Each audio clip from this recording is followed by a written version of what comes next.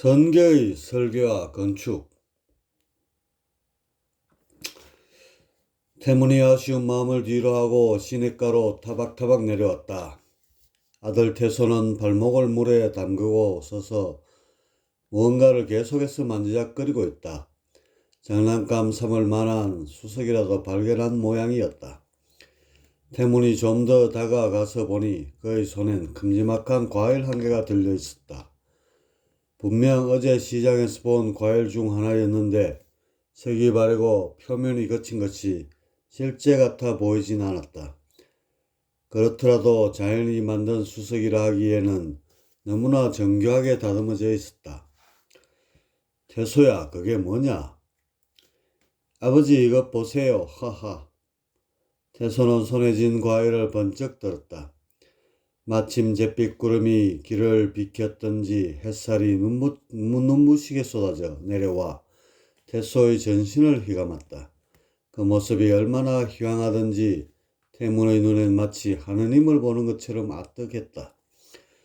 태문은 두 손으로 태소를 안아 번쩍 올렸다. 세상에 자식보다 더욱 눈부시고 사랑스러운 것이 또 있겠는가?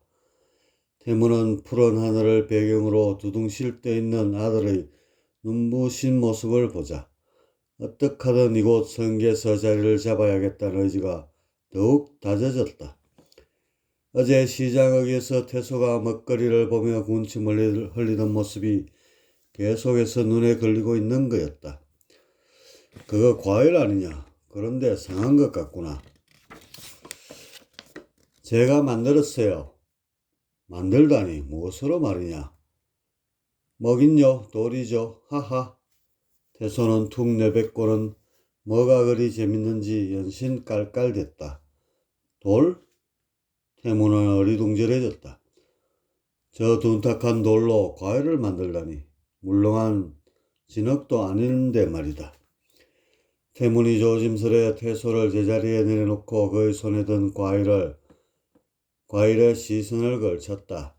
역시 표면이 거칠면서도 둔탁한 질감이 돌이 확실했다. 태소야, 어찌된 일이냐? 돌 같긴 한데 어디서 난 것이냐? 태소는 아버지를 향해 씩 웃음을 한번 흘리고는 과일 모양의 돌을 아버지에게 건네고 자리에 앉아 아무 돌이나 하나 잡았다. 그리고는 두 손으로 가볍게 돌을 쥐고는 사랑스런 눈길로 쳐다봤다. 잠시 그렇게 응시하고는 돌을 부드럽게 쓰다듬기 시작했다. 그러자 돌이 살아있는 것처럼 꿈틀댄다. 딱딱하게 굳어있던 돌이 태소의 손길이 닿는 대로 말랑말랑해지며 반응하는 것이었다. 이때 태소는 돌을 마치 밀가루 반죽처럼 이리저리 주물럭거리면서 자신이 원하는 모양을 하나씩 잡아 나갔다. 이런 광경을 옆에서 지켜보던 태무는 눈이 번쩍 띄었다. 이것은 다름 아닌 4차원 성계에서 진료에 정보를 입히는 방법이었기 때문이다. 대장간에서 봤던 그 모습이다. 태무는 속으로 탄성을 터뜨렸다. 돌과 교감을 하면 그것이 지닌 딱딱한 정보에 틈이 벌어지며 느슨하게 된다. 이때 자신의 머릿속에 들어있는 정보를 돌 속으로 주입하면 기존 돌의 정보에 변화를 줄 수 있다. 돌이 지닌 설계도를 초기 상태로 되돌리고 반죽과 같은 물렁한 상태로 끌어내서 원하는 모양을 재설정하는 것이다. 아버지, 돌과 교감하면 딱딱했던 돌이 이렇게 흐물흐물해져요. 태소는 주물럭거리던 돌을 뭉쳐서 원상으로 되돌린 뒤 다시금 시범을 보이면서 말했다. 너무 무르지 않게끔 해서 이런 정도의 농도가 되면 태소는 새까만 눈동자를 깜빡이며 말을 이어나갔다. 이때 머릿속에 있는 정보를 돌 속으로 입히면 돼요. 태소는 말을 끝내자마자 눈꺼풀을 닫더니만 조그만 입술을 우물거리며 뭔가를 중얼거렸다. 자신이 원하는 모양을 엎조리면서 돌 속으로 설계도를 삽입하려는 것 같았다. 그리고는 몇 번 손으로 주물럭거리자 입력한 설계도에 따라 돌의 형태가 변하기 시작하였다. 처음에는 머리가 생기더니 이내 몸통과 다리도 만들어지고 마지막으로 꼬리까지 만들어졌다. 불과 1분도 채 되지 않아 말처럼 생긴 동물이 완성된 것이었다. 그것 참 신기하구나. 태무는 목까지 차올랐던 탄성을 입가로 흘러보내며 겨울 속에서 청록빛이 감도는 돌멩이 한 개를 주워들었다. 그리고 태소가 했던 것처럼 돌과의 교감을 시도했다. 교감이란 게 별게 아니라 그저 돌을 뚫어져라 쳐다보면서 마음을 고요히 가라앉히는 것이었다. 다른 생각이 줄어들고 돌로만 생각이 모아지다 보면 여기에 뭔가 알 수 없는 기운이 길을 틔워 둘 사이를 하나로 이어준다. 아마 그 길을 타고 양쪽의 기운이 흐르면서 공명을 이루는 듯 싶었다. 태무는 어느 틈인지 손끝에 뭔가 물컥하는 느낌이 드는 순간 자신이 원하는 모양을 상상하며 돌 속으로 의식을 불어넣었다.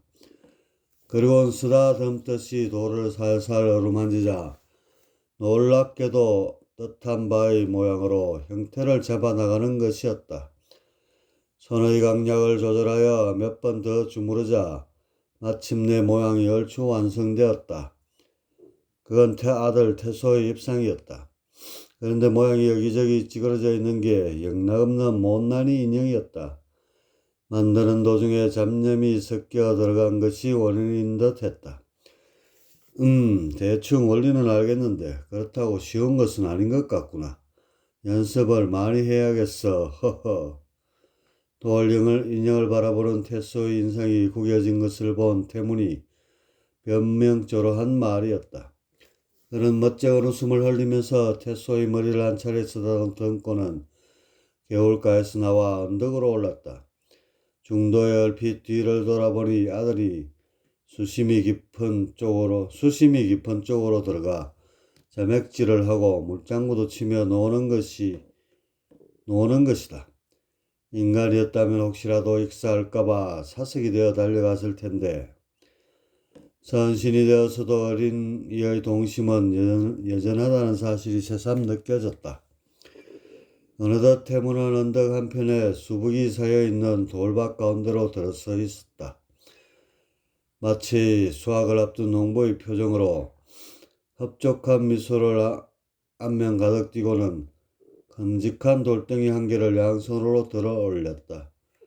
이제 본격적으로 작업을 해볼까? 태문의 손이 빠르게 놀려지기 시작했다. 돌과 의식의 파장을 맞춘 후 매주처럼 무르게 만들고는 떡치듯 사방을 두드려 대었다. 그렇게 몇 번을 하고 마무리로 각을 세우면서 문지르자 직사각형의 모양이 만들어졌다. 영락없는 벽돌 모양이지만 몇 군데가 삐뚤어진 것이 쌓기에는 곤란한 듯 싶었다.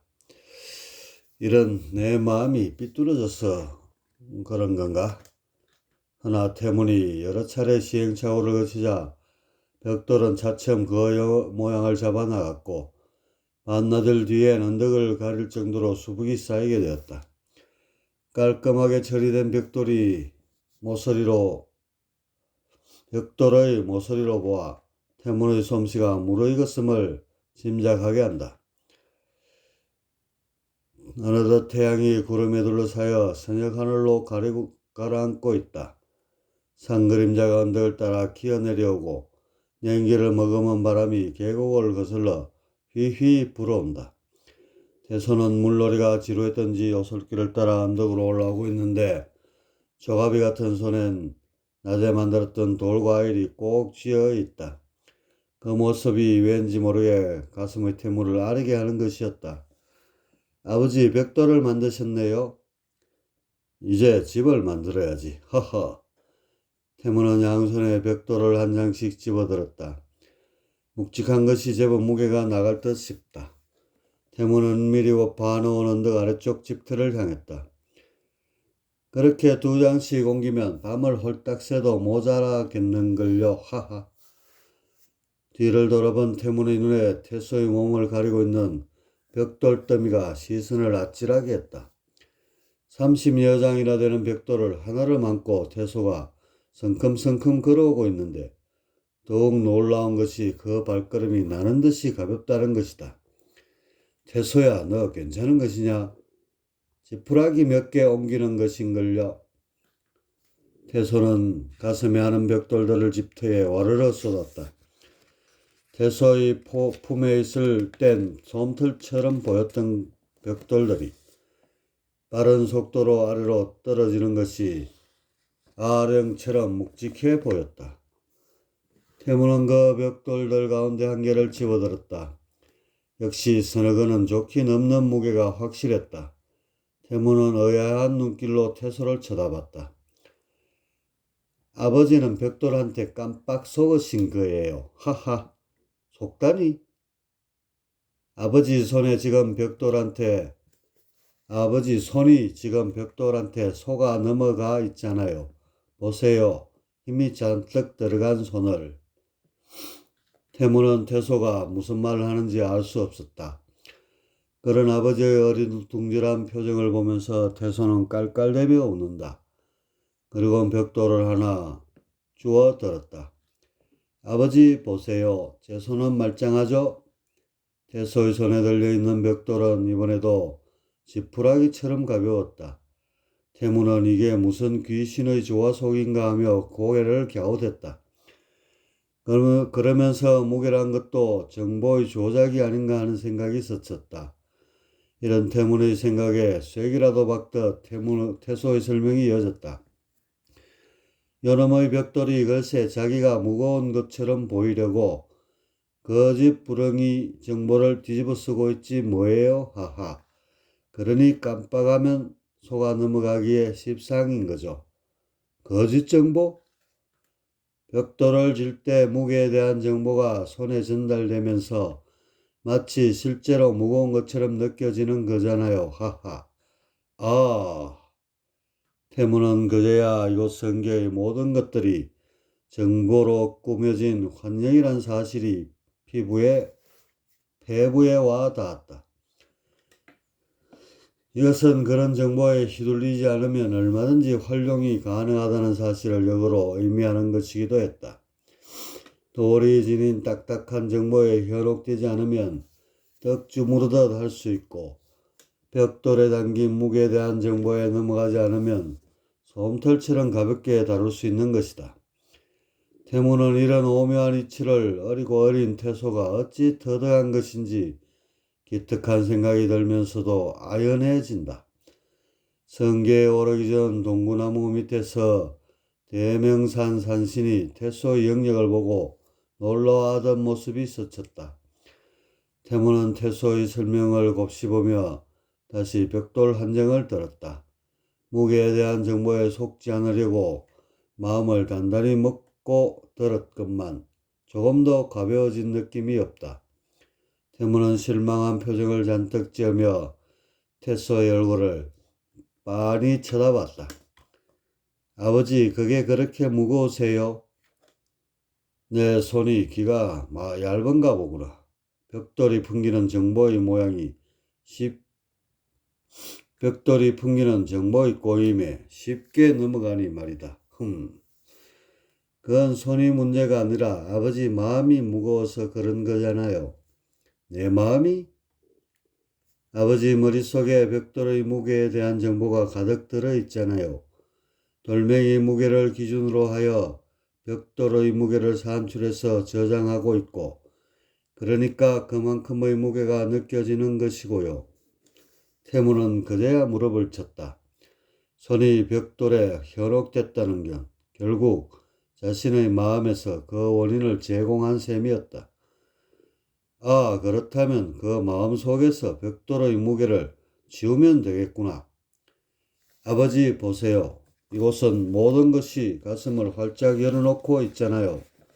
산이나 들, 숲, 겨울은 물론이고 저 해와 달도 모두들 자신의 마음을 숨김없이 드러내고 있어요. 그 마음의 동성에서 저희의 마음만 열면 함께 좋은 친구가 될 수 있을 거예요. 태문은 언뜻 태소가 무라일체나 무심의 공명을 표현하는 것이라 느꼈지만 이런 경지가 구체적으로 가슴에 와 닿지는 않았다. 아들의 눈썰미가 예사롭지 않다는 점만 반복해서 각인될 뿐이었다. 아버지, 저들이 내미는 손을 잡아주세요. 그러면 정보로부터 자유롭게 될 거예요. 저 벽들도 가벼워질 것이고요. 태소는 10살 난 아이라고는 도무지 믿기지 않는 말들을 늘어놓았다. 동심에 젖은 듯한 표현이지만 그 이면에는 알 수 없는 오묘한 거뭇이 담겨 있었다. 태무는 또 한 번 아들의 영민함에 감탄했다. 선계에 오니까 마치 용이 구름을 만난 듯 잠재력이 물씬 솟아나는 것만 같았다. 태무는 아들이 말한 대로 마음속에서 벽돌의 무게에 대한 정보를 조금씩 지워나갔다. 하지만 그것이 생각처럼 그리 쉽지만은 않았다. 수십 년 동안 고착된 정보를 하루아침에 지울 수는 없는 노릇이 아닌가. 태무는 여러 차례 노력한 끝에 겨우 무게의 반 정도를 줄일 수 있었고 그만큼의 무게가 가벼워져서 벽돌을 나르는 데 수월해졌다. 아들이 어떻게 무게를 백지로 만들었는지는 여전히 숙제로 남아있다. 그래도 이곳은 선신들이 사는 곳이어서 이 정도나마 정보를 제어할 수 있는 것이다. 영역이 3, 4천인 귀신이나 신명들은 몽상조차 못할 일이 아니던가. 그들은 정보를 뛰어넘을 생각은 못하고 그저 정보의 프로그램 속에 갇혀 죄수 아닌 죄수로 지내고 있다. 태무는 아들이 벽돌을 날라준 덕에 어렵지 않게 집을 짓게 되었다.